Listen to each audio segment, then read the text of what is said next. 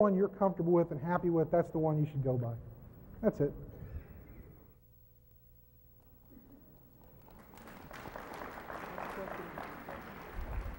Questions? Is my microphone? There it goes. Ooh, oh. Technology is our friend. If evolution is true, why don't we have apes instead of babies? We do. Human beings. This gets to the question of whether or not humans are animals. Some creationists will tell you that we're not animals. We are animals. We eat, we sleep, we reproduce, we defecate, we do all those nasty things we don't like to talk about in public, but by golly, every one of us does them. If that doesn't make us animals, what does? Do we have dominion over the animals? Of course we do. We've got all the power. Give birth to an ape? Well, we can't do that. I've already talked about, chimpanzees are the closest to us genetically, but there's a little problem with the chromosomes. I personally believe that we shared a common ancestor 5 million years ago with chimpanzees. Not that we evolved from chimpanzees, but that we had a common ancestor. The common ancestor probably had 48 chromosomes. And by the way, I'll point out something that Mr. Hovind said earlier about, let me see if I get this. Well, no, I think I'll save that for my closing remarks. Chimpanzees have one extra set of chromosomes. We can't physically reproduce with chimpanzees. One thing I will point out is if we're talking about kinds here, and we have to talk about relatedness, chimpanzees, I said, were 98.2% similar to humans, but gorillas are about 94%, and orangutans are about 92%. Now, if they're all ape kind and they all have one common designer, then why aren't they all equally dissimilar? You see what I'm saying? Why aren't gorillas 98.2% genetically the same as we are? Why are they a little bit different? Because we understand that they evolved at a slightly different time period. Gorillas, in fact, emerged a little bit earlier. Chimps and humans split about 5 million years ago. Gorillas split off about 10 million years ago. Orangutans about 17 million years ago. The fossil record, by the way, agrees with that. We find the fossils in the correct stratigraphic profile, and the dates match up. We find the first orangutans emerging about 17 to 20 million years ago. The first gorillas show up about 10 to 15 million years ago. The first chimpanzees show up between about 5 and 8 million years ago. The first humans show up about 5 million years ago. Anytime you get two lines of evidence, it's not like I'm telling you that geology has the answer or genetics has the answer, but they correlate with each other. Genetically, we see that they're about where they should be in terms of how closely related we are. And the same thing we look at in the fossil record in geology, and we can see that matches up fairly closely. Thank you. All right, thank you. My response, if evolution is true, why don't we have apes instead of babies? I would agree there's certainly a genetic difference. I think I would disagree a little when he said, as far as humans are animals, though I've seen some would make me want to believe that. I think it depends on who gets to decide where the classifications are drawn. If you divide them up, for instance, maybe God's classification system is not the same as Carolus Linnaeus's classification system. It could be that God considers whales, since they live in the water, part of the fish family. And we've decided to divide them up based on whether they breathe air above water and have milk glands and have hair, et cetera, et cetera. So it goes back to really who gets to decide what the classification divisions are, and then you can change them wherever you want. I would say plants have a body, animals have a body and a consciousness of life, and man has a body and a consciousness of life and a consciousness of God.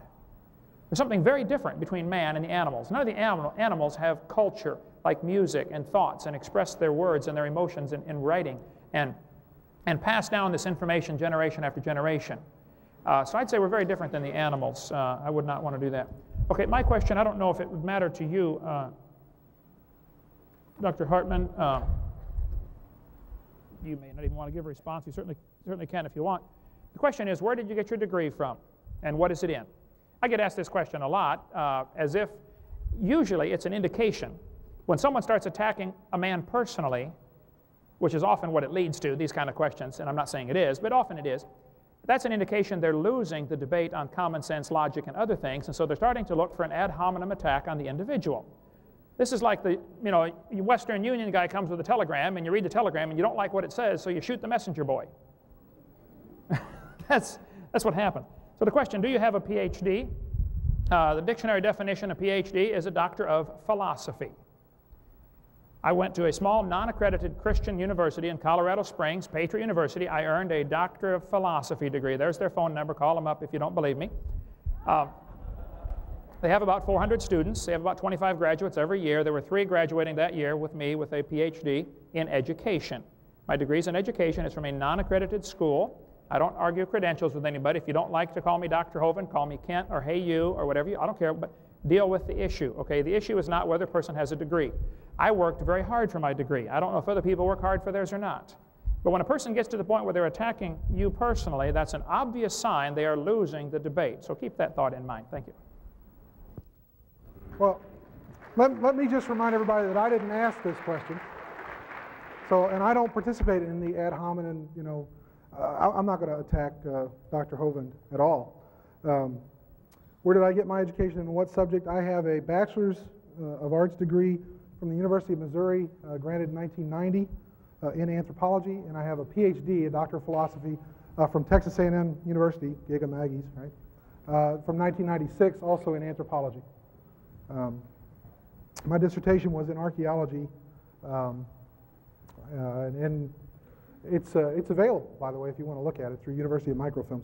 I didn't bring a copy of my diploma, but I have it hanging on my wall if anyone cares to look at it. That's the answer to that question. Oh, my question. Well, I love this question. How, if we evolved from apes, why do we have a consciousness,